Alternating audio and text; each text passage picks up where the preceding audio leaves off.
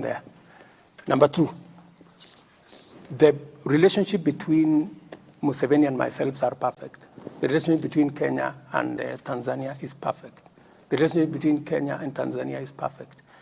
On the visa issue, today, forget about my announcement, you don't need a visa to go to Tanzania.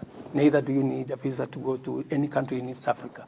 So the fact that we are actually formalizing what is already in place. So there is no contradiction between our visa-free and that. But let me say one more thing, if you allow me. I've answered that one quickly so that you can allow me to say something else. Let me say this, because, let me tell you, the economy is very important to me. And that's why I want us to spend time there a bit.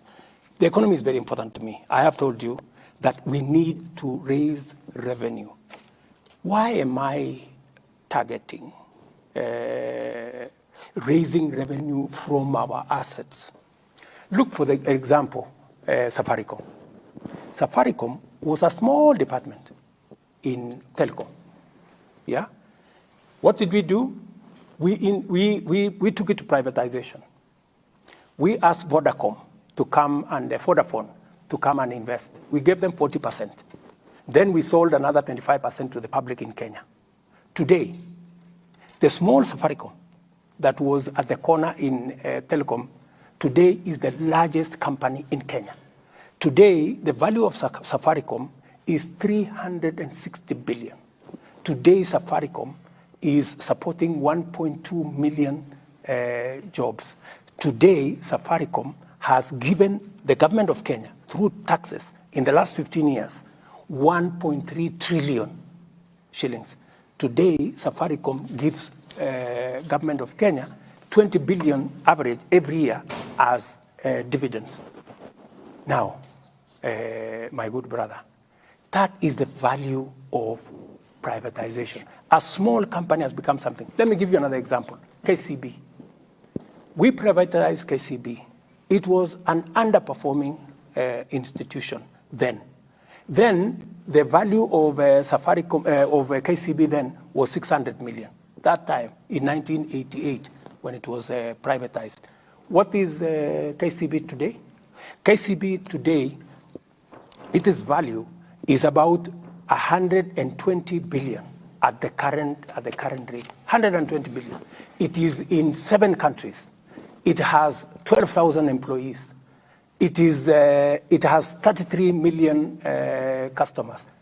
The value of what privatization does. So let us accept as Kenyans that a company like Kenya Pipeline, we can privatize. It will give us money. It will give us revenue. Right. We should be able to look at what do we do with the port? What have other countries done? So that we reduce the pressure on taxes because we can raise more revenue by sweating assets that we have. Mr. President, taking you back to the question of the region. Yes. And specifically, President Museveni said that it cannot be that you're going to continue buying oil from brokers. And in fact, there's a change of policy in the Republic of Uganda to an extent that now their eunuch is the one that is going to import fuel. And there are other conversations, I'm sure you've seen them, that they want to go through the central corridor. Of course, it's the initial stage of those conversations.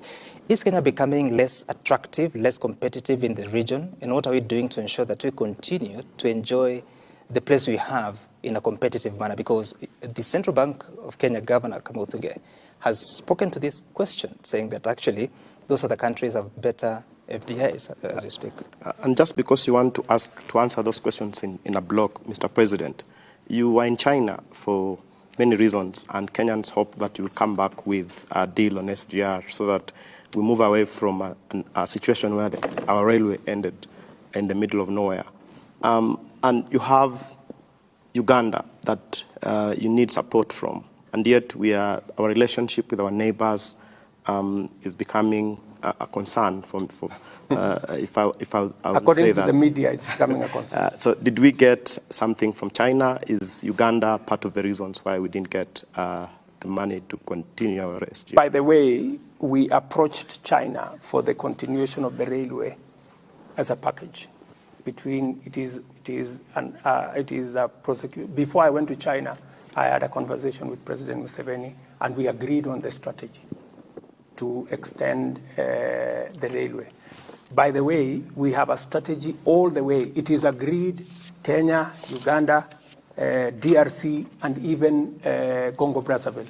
We've all agreed that that route, we will, all of us, and in fact, before I left China, the president of Congo-Brazzaville went to see the Chinese president with the same request for this SGR. Mm-hmm. So we are all aligned. So, and that tells you that we are good in the region.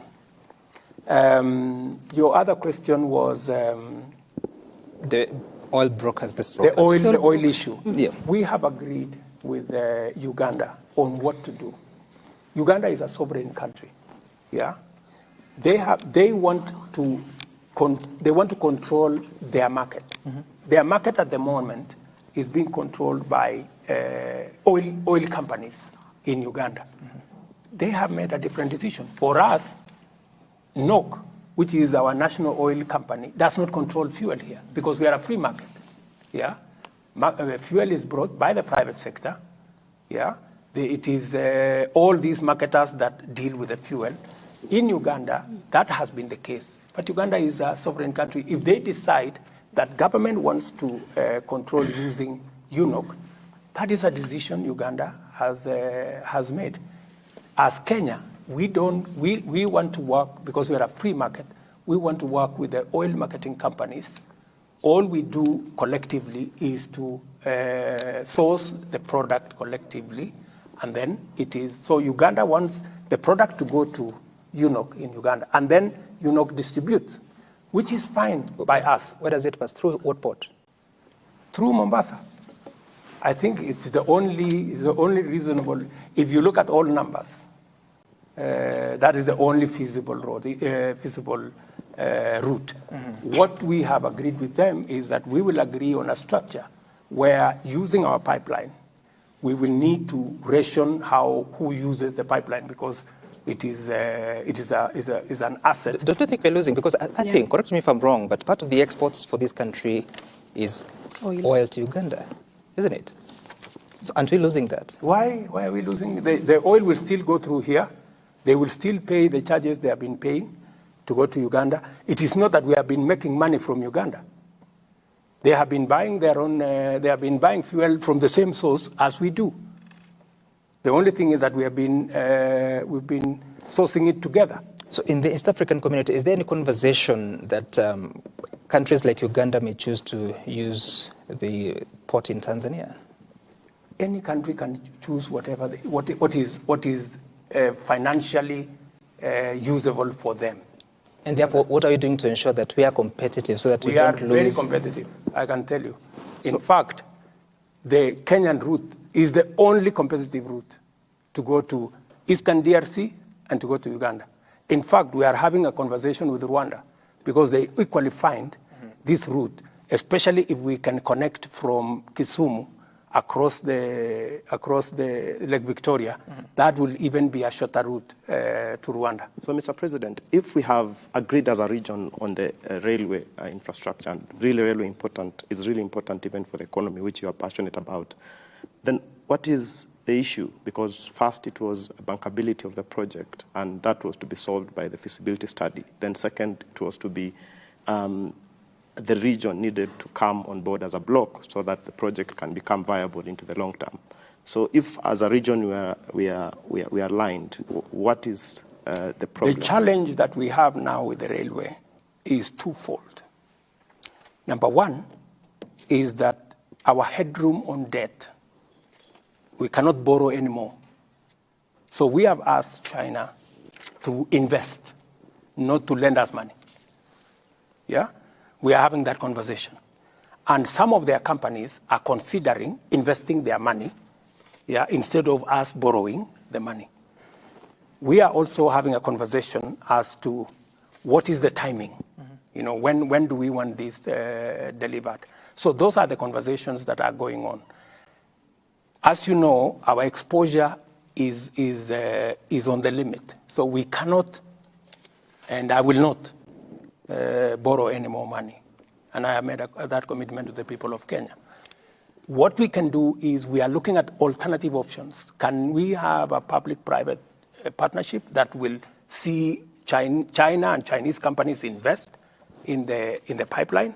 That is the conversation that we are having. Mheshimiwa, mwisho, kuna swala la DRC hapa. Tuna tatizo lolote taifa la Kenya na DRC? Hatuna matatizo kabisa na nchi jirani ya East Africa ya DRC. DRC wako na uchaguzi.